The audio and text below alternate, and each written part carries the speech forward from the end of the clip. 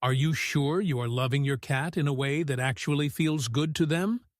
Because the truth is, some of the things that hurt cats the most do not look serious to us at all. It is not starvation. It is not obvious cruelty. It is the everyday habits that seem harmless.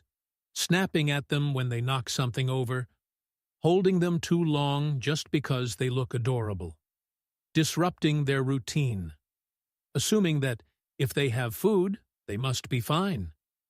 But to a cat, those small things can slowly turn daily life into something more stressful, more exhausting, and less natural than it should be. The AAFP and ISFM feline welfare guidelines make this clear. The way humans interact with cats, the way their environment is set up, and whether they are able to live in ways that match their natural needs, all directly affect their emotional and behavioral well-being. And that is what makes this so important. Sometimes the things we call normal are the very things making our cats feel uneasy, misunderstood, or quietly overwhelmed. In this video, we are going to walk through 6 everyday things that may be quietly making your cat uncomfortable, without you even realizing it. This is not about blaming cat owners. It is about seeing ordinary moments from your cat's point of view. Because what feels small to us can feel very different to them. And the deeper we go, the clearer this becomes. Many of the behaviors people label as difficult, unfriendly, or dramatic are not really about attitude at all. They are often signs of discomfort, signs of stress, signs that something in the way a cat is being handled, or something in the environment around them, does not feel right.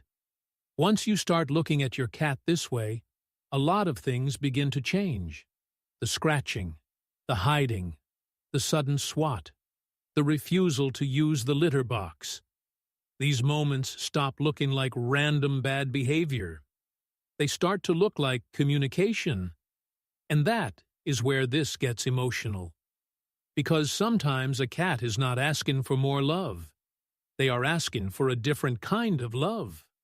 One that feels safer, calmer, more respectful, more in tune with what they actually need.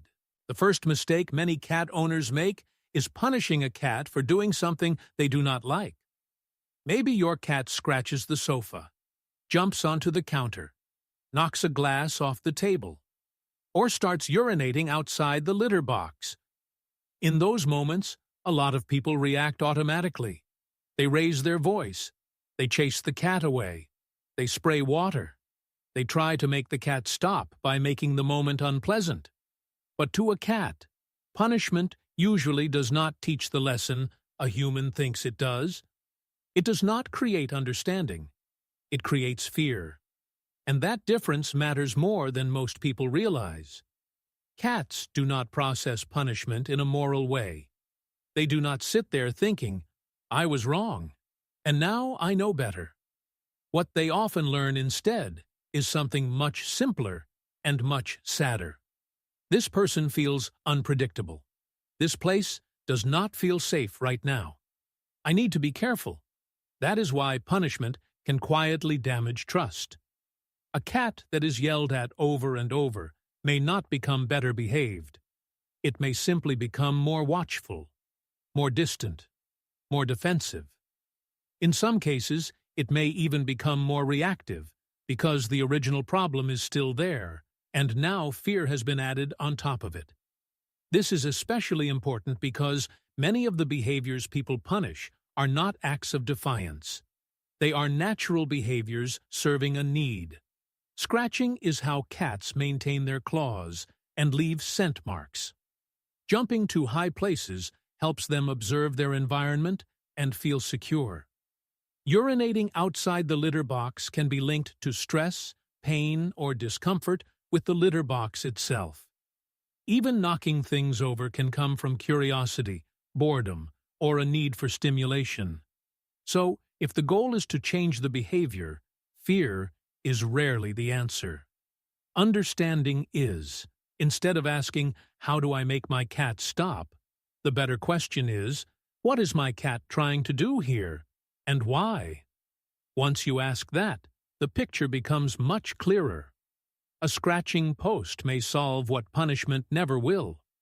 A clean and well-placed litter box may fix what shouting only made worse. More play, more vertical space, or a calmer routine can often reduce the behavior at its source.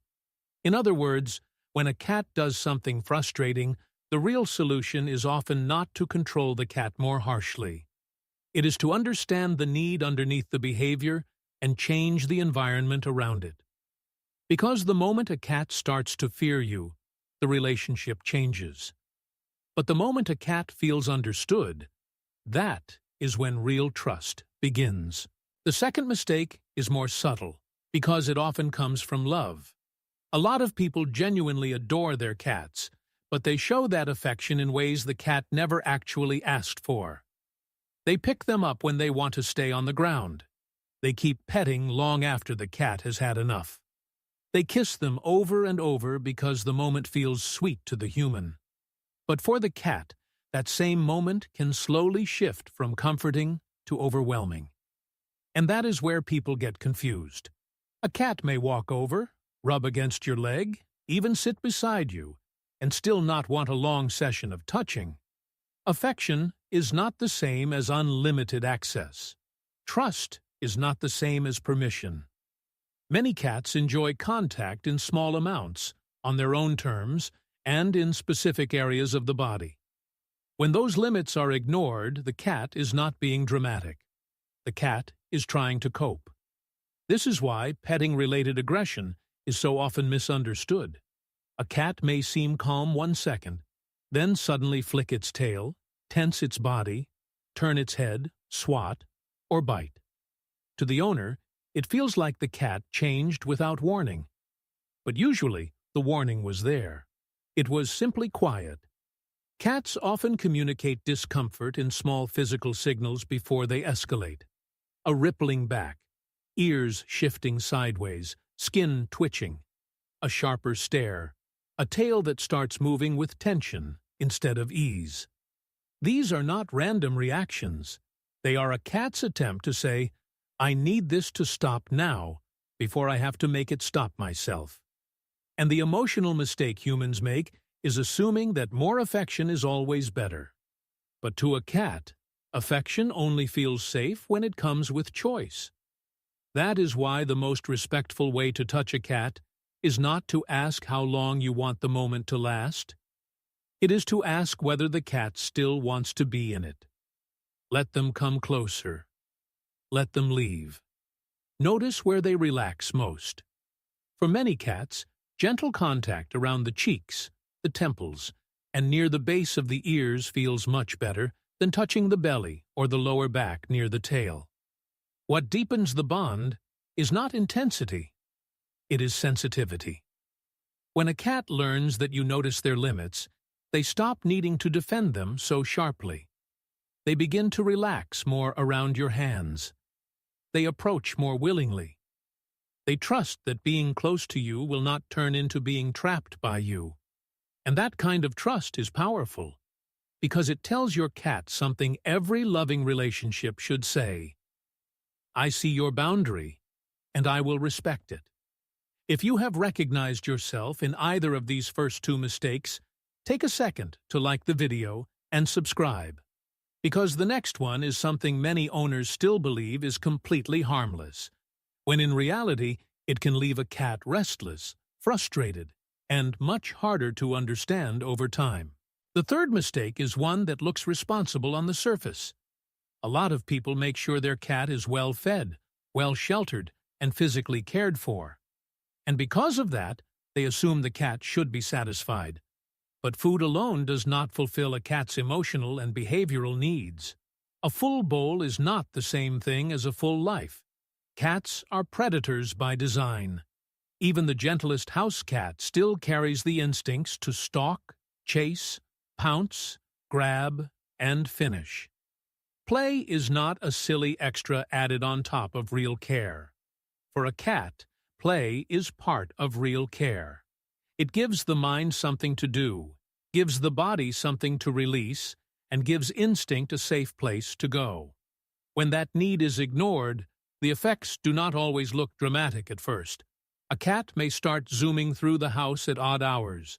It may swat more often, bite during interaction, knock objects off shelves, or become strangely intense around feet and moving hands. To a human, those behaviors can seem random or annoying, but often they are signs of a cat whose natural drive has nowhere healthy to land. And sometimes owners do try to play, but in a way that teaches the wrong lesson. When hands or feet become the toy, the cat learns that human skin is part of the game. That may seem harmless when the cat is tiny. Later, it becomes much less cute when the same cat launches at an ankle or bites during excitement. A better approach is to make play feel like a hunt. Use wand toys that move like prey. Let the cat crouch, focus, chase, and strike. Give them short sessions that feel intense and satisfying, rather than one long session that loses rhythm. And when the play ends, help the cat feel that the sequence is complete. A small treat, a meal, or a calm pause afterward can help create that sense of catch and release. This is where many behavior problems begin to make more sense. A cat who is understimulated is not always lazy. A cat who acts wild is not always bad.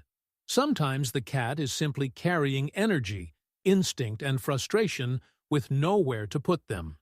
And when you finally give that instinct an outlet, something changes. The cat often becomes softer, calmer, less reactive, more settled in its own body, because you are no longer asking the cat to suppress what it is. You are giving it a healthy way to be what it is. That can be one of the kindest things an owner ever learns. Sometimes your cat does not need more food. Sometimes your cat needs a chance to feel like a cat again. The fourth mistake is one many owners do not think about until a problem starts. To us, the litter box seems simple. It is just where the cat goes to the bathroom. But to a cat, the litter box is not a minor detail. It is one of the most sensitive parts of daily life because it involves privacy, safety, cleanliness, and control all at once. That is why litter box issues are so often misunderstood. When a cat starts urinating on the floor, the bed, or a corner of the room, people often take it personally. They assume the cat is being spiteful, stubborn, or vindictive. But cats do not usually think that way. In many cases, the cat is not trying to punish you. The cat is trying to avoid a place that no longer feels comfortable enough to use. And that discomfort can come from things humans overlook all the time. Maybe the box is not clean enough. Maybe the litter has a strong scent the cat hates. Maybe the box is in a noisy area where the washing machine suddenly starts. Maybe there is another cat in the home, and using that box feels like walking into someone else's territory. Maybe the box is covered, cramped, or placed where the cat feels trapped with no easy way out. What looks like a bathroom problem is often a safety problem. That is why the setup matters so much. A cat is far more likely to use a litter box consistently when it is clean, easy to reach, and placed somewhere quiet. In homes with multiple cats, one box is rarely enough. A common recommendation is one box per cat, plus one extra. Not because cats are being picky for no reason, but because sharing such an important resource can create tension even when it is invisible to us. And there is something emotional here that owners do not always realize. Every time a cat avoids the litter box, it is often a sign that something about that experience has become stressful. The cat is not creating a problem out of nowhere. The cat is responding to a problem it feels every single day. So when litter box issues show up, the goal should not be to punish the accident. It should be to investigate the experience. Is the box clean enough? Is it too exposed? Is it too hidden? Is there enough space? Is there enough peace? Is there pain involved? Because sometimes what looks like bad behavior is actually discomfort, and sometimes it is even a quiet sign that the cat may need medical attention. Once you start seeing the litter box as more than a container, everything changes. It becomes not just a place for waste, but a place where your cat either feels secure or does not. And when a cat does not feel secure there, they will look for somewhere else that feels safer. The fifth mistake is changing a cat's daily life too suddenly and expecting them to adjust as fast as we do. Cats do not need a glamorous life. They do not need constant excitement. But they do need a sense of stability. Familiar smells, familiar paths, familiar routines. These things may seem small to us, but to a cat, they are part of what makes the world feel understandable. And when that sense of order starts disappearing all at once, many cats struggle more than their owners realize. Maybe breakfast happens at a different time every day. Furniture keeps getting moved around. Guests stay in the house for a week. A new baby arrives. A new pet appears. The home becomes noisy because of renovation. Or the owner's schedule changes so much that the rhythm of the entire house feels different. None of these changes sound cruel, but to a cat, several of them happening close together can make life feel uncertain in a way that is deeply stressful. That is because cats rely heavily on predictability. They remember where things are. They build habits around what usually happens. They move through spaces that feel familiar, not just visually, but through scent, timing, and repetition. So when too many things shift too quickly, the cat can lose that feeling of orientation. And when a cat loses that feeling, the signs are often quiet at first. They may start hiding more, eating less, moving through the house more cautiously, sleeping in unusual places, grooming more than usual, becoming jumpier, clingier, or strangely withdrawn. To a human, it can look like the cat is acting odd for no reason. But often, the reason is simple. Too much changed, too fast. This is why helping a cat adjust is not about forcing confidence. It is about protecting familiarity while change is happening. If a big transition is coming, keep what you can steady. Feed at the usual times.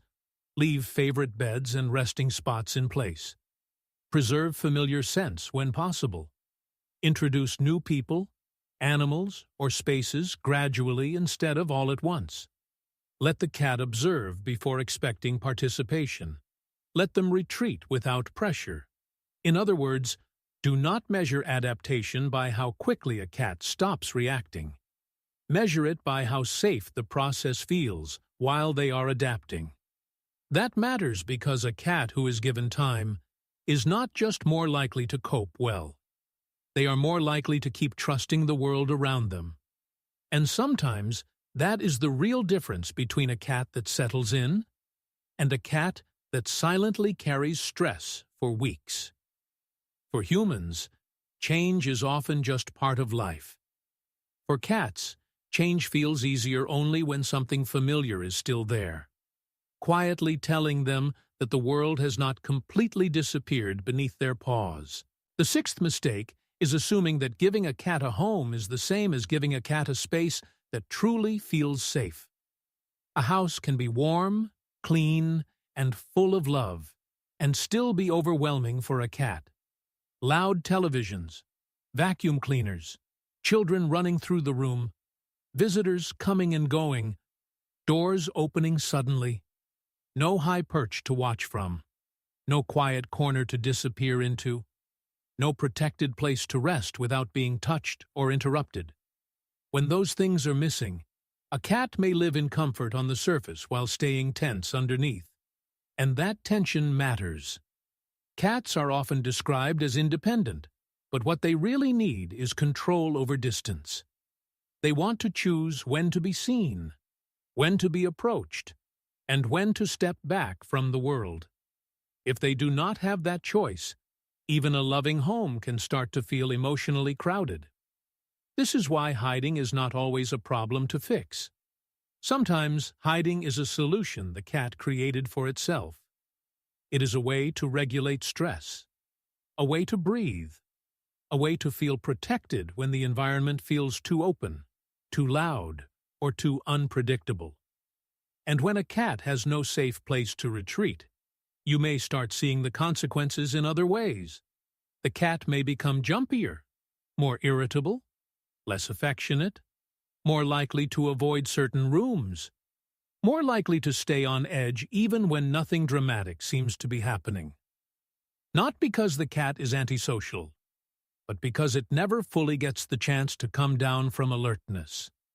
That is why small changes in space can have such a powerful effect. A cardboard box in a quiet room, a shelf near a window, a cat tree that gives height and distance, a covered bed placed somewhere calm, a room where guests do not follow the cat.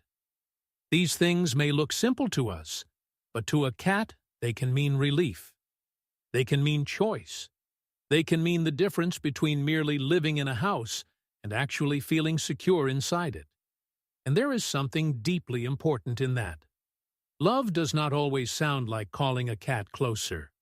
Sometimes love sounds like letting the cat stay hidden, letting the silence remain unbroken, letting them return on their own terms.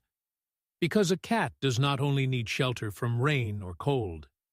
A cat also needs shelter from pressure, from noise, from constant visibility, from the feeling of having nowhere to go when the world becomes too much. And when you finally give them that kind of shelter, something softens. The cat rests more deeply, moves more freely, watches the room without fear, comes out sooner, trusts more.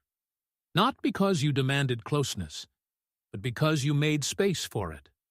So those are the 6 everyday things that may be quietly hurting your cat, punishing them for natural behavior, touching them past their comfort zone, assuming food is enough when they still need to hunt through play, treating the litter box like a minor detail, changing their routine too fast, and forgetting that a home only feels safe when a cat has space to hide, rest, and breathe.